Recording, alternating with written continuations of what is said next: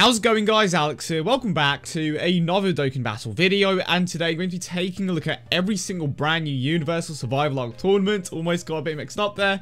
But yeah, I hope you guys are having a great day as always, and if you do enjoy today's video, consider leaving a like and subscribing if you are new. So of course today we are going to be taking a look at the Skinny Boo. We have Toppo, we have Android 17, as well as Bergamo, I believe. And yeah, definitely an interesting pair of units. And of course, Golden Frieza should be dropping tomorrow, so looking forward to that as well. But yeah, let's go ahead and jump straight into it with the Agility Boo. His leader skill gives free key, as well as a 50% attack and defensive boost to agility types when your health is 30% or above. So again, just pretty much more of the same that we've been getting for the recent units that are on Dokkan Fest. They don't have like a leader skill that is extremely good, but it's still there, can be usable in certain situations if you don't have any good leads. His super attack causes supreme damage to the enemy and has a rare chance to stun. Of course, like I said multiple times, the rare chance to stun is equivalent to around 15% majority of the time, can be a bit higher depending on the unit. His passive skill gives him an 80% attack boost at the start of the turn. Now here is where things get interesting, and he gets an additional 40% attack and defensive boost for 7 turns from the start of the turn. So very similar to the restriction that the Agility Super Saiyan 3 Goku and the Super Saiyan Blue Kaioken Goku have. And because of what the Agility team is now, I honestly don't think that that is going to run out. It may run out in the last stage of a particular event if you do have a type disadvantage, but even then you have multiple units that will most likely be able to crit, so not very likely that his passive is going to run out essentially. And even when it does, you're still going to be getting that 80% at the start of the turn. But the thing that holds him back by far is the fact that he doesn't really have any standout attack links. Of course, he isn't the Saiyan, so he isn't going to be getting Super Saiyan, and because he most likely won't awaken, he probably won't get the Fierce Battle link, which is by far the biggest attack link when it comes to Boo units. But it's not to say that he is a bad card by any means, because he does have a pretty good link set despite not having any major attack links. He has the Innocence, Revival, Brainiac's Margin, Shocking Speed, Infinite Regeneration, and I'm pretty certain that he is a Super Agility type. It actually says right there, never mind. So of course he is a Super Agility type, and that's not exactly a bad thing at all. Again, his main link is Shocking Speed, which is one of the best links for that team in particular. You have Super Saiyan 4 Vegeta with the link, you have Super Vegito, and when you have multiple support units like the Pan, as well as the Agility Super Saiyan 2 Gohan or the Bardock, it's not exactly that much of a problem when it comes to linking for other units, because you're most likely going to have at least one support unit in your rotations, which basically guarantees that you're going to be getting an additional 2 key. So again, his links aren't a problem at all. When it comes to his overall damage output though, that is where problems may start to arise. And because he doesn't have a farmable super attack, because of course it's a Skinny Boo, not a Fat Boo, it kind of does drag him down a little, and I don't think too many people are going to go ahead and of course get him to super attack 10 for Kais. And I'll definitely believe that they should give units like this a way of just raising their super attack levels. Of course, the easiest way would just be farmable units, and recently they did give the base Gotenks a farmable super attack, so maybe in the future, maybe when they are going to extend the Universal Survival Arc story mode, so maybe when they add a few more quests to that, we will be able to get a farmable super attack for some of these units. Definitely will be interesting to see, but overall he is definitely pretty solid. Just another generic agility type unit, I want to say though, but again, nothing bad by any means. Pretty solid, better than I would have expected him to be, and of course he does get a total boost of 120% to his attack, which kind of makes up for the fact that he doesn't necessarily have the greatest attack links. But his 12k multiplier is 135%, so there are definitely a few things that bring him up and drag him down. Again, pretty decent card. But now let's move on to the Tech Android 17. He gets a 70% HP and defensive boost, and he also gives 2 key to tech types. He causes supreme damage, and he raises his own attack for 6 turns. He has a 12k multiplier of 140%. His passive skill gives him a 50% attack and defensive boost at the start of the turn, and he is also a nuker, so not only does he get a guaranteed attack boost, but he is also a nuker, so he definitely does have a bit more potential than the others. And I suppose it kind of makes sense because he is an android, but he does get a 12% attack boost per tech type orb obtained. That's kind of the thing that brings him down a little when it comes to damage output. The fact that he is limited behind those tech type orbs definitely do bring him down a little, but for the most part he's pretty solid. And again, he kind of suffers from the thing that Boo does when it comes to attack links. He definitely does lack attack links, and for the team that you would most likely use him on, he doesn't exactly have the greatest key links, because the only real units that you would use with Shocking Speed, of course, 17, Beerus, Whis, Pycon, not exactly the most optimal units by any any means. But again, it comes down to what you want to use. But he does have Android Assault, Twin Terrors, Infinite Energy, Patrol, Shocking Speed, Infighter, and Tournament of Power. And there is actually a Tournament of Power category lead, and I believe it's the Farmable Goku. So if you want to go ahead and just experiment with this team, you can go ahead and do so. It probably isn't the greatest thing to run just because the majority of the units that are currently in the category aren't outstanding by any means. Some of them are pretty solid. Of course, you have Caulifla, Kale, the Boo's pretty good, and of course we have a few other support units that we are going to be taking a look at in a few moments. But to be honest, I'm kind of let down by 17. I had high expectations for him. To be honest, I thought they would have given him his own Dokkan Fest, but instead they just gave him some sort of filler card.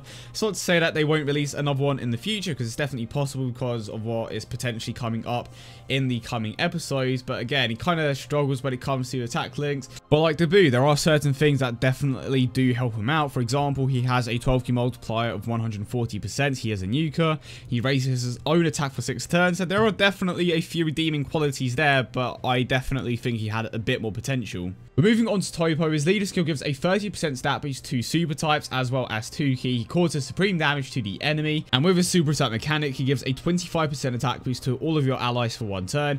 His passive skill gives a 30% attack and defensive boost to super type allies as well, and at the same time he reduces the defense of extreme type enemies by 50%. His link skills are Supreme Warrior, Signature Pose, Tough as Nails, Hero of Justice, Shocking Speed, and Tournament of Power. He has a 12 key multiplier of 140%, which doesn't really matter that much because he isn't supposed to hit hard. Of course, he is a support unit for that STR team. Well, it doesn't have to be STR in particular, but of course, because he is an STR type, you're most likely going to be putting him on that team. He works well, again, on a Tournament of Power category lead if you want to go ahead and run him on that particular team. So the fact that he doesn't exactly have the greatest attack links isn't a problem at all, because again, he is there to be a support unit. He is providing the units that are meant to be dealing damage with additional support by providing that 30% attack and defensive boost. The extreme part of his card is kind of bad just because it doesn't really do anything. Reducing defense is honestly one of the worst mechanics in the game. Granted, it does allow you to hit a little bit harder, but that's kind of like pushed aside by the fact that you can just get multiple crits with certain units, which is a bit of a shame because they definitely could have made that a much better mechanic in the game. They could have given bosses an insane defense and made you know, abilities like this way more viable, but instead we got the crit, so it kind of doesn't make sense. But the point is, he is a very solid unit, and for a unit, I said unit like 10 times there, that hasn't awakened, he has a very high defensive stat, which means that, of course, once he does awaken, that's going to be even higher, most likely around the 6,000 region, maybe a bit less. And of course, once you take into account the boost from the leader skills and his own passive, his defensive stat is going to be pretty damn high, which will make him a somewhat decent tank. Again, depends on how many buffs he has in the potential system, which is something that I wouldn't recommend because, again, he isn't meant to hit hard. But if they do add something to his passive like 100% attack boost, and then he also gives the 30% attack and defense to your allies, maybe we can talk. Now, of course, moving on to Bergamo, which is the one that I wanted to go for, and I actually managed to pull him. And of course, if you haven't seen that video already, I will try my very best to have it linked at the end.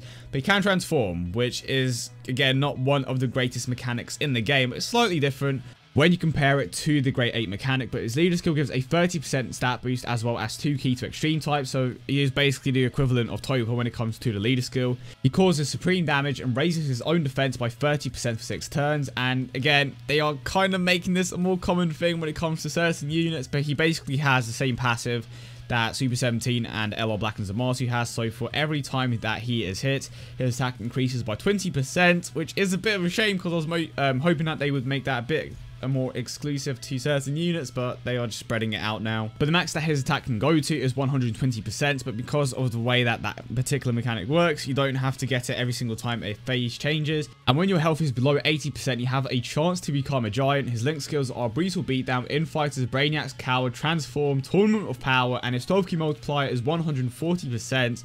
So he definitely does have a bit of potential when it comes to offensive abilities. He's very similar to Boo because they can both have a max of 120%. He is probably going to be the best tank out of the lot just because he does have a very high defensive stats, and he also raises his own defense with a super attack mechanic for 6 turns.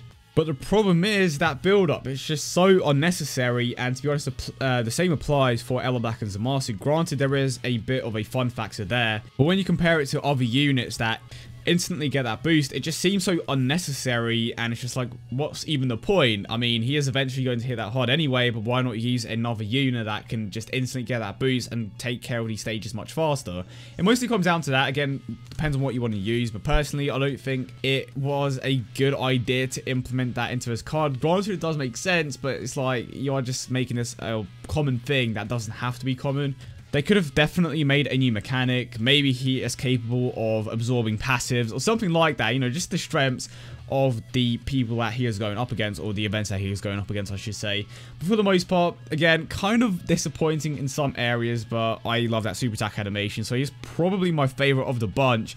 When it comes to which one is the best, I definitely believe that Toppo is the best. In the second spot, I'm definitely going to be putting the boot. In third place, I have Andrew 17, and coming in last, I just have to put my boy Bergamo. He unfortunately just lacks in certain areas. Doesn't fit on his particular team at all. He has that unnecessary build-up. Granted, he may be the best tank of the bunch, but in the end, he just kind of lacks in comparison to some of the others. But that's it, guys. I hope you all enjoyed the video, and if you did, don't forget to leave a like and subscribe for more. Let me know your order in the comment section down below as always. But yeah, I hope you guys have a great day, and I will see you all in the next one.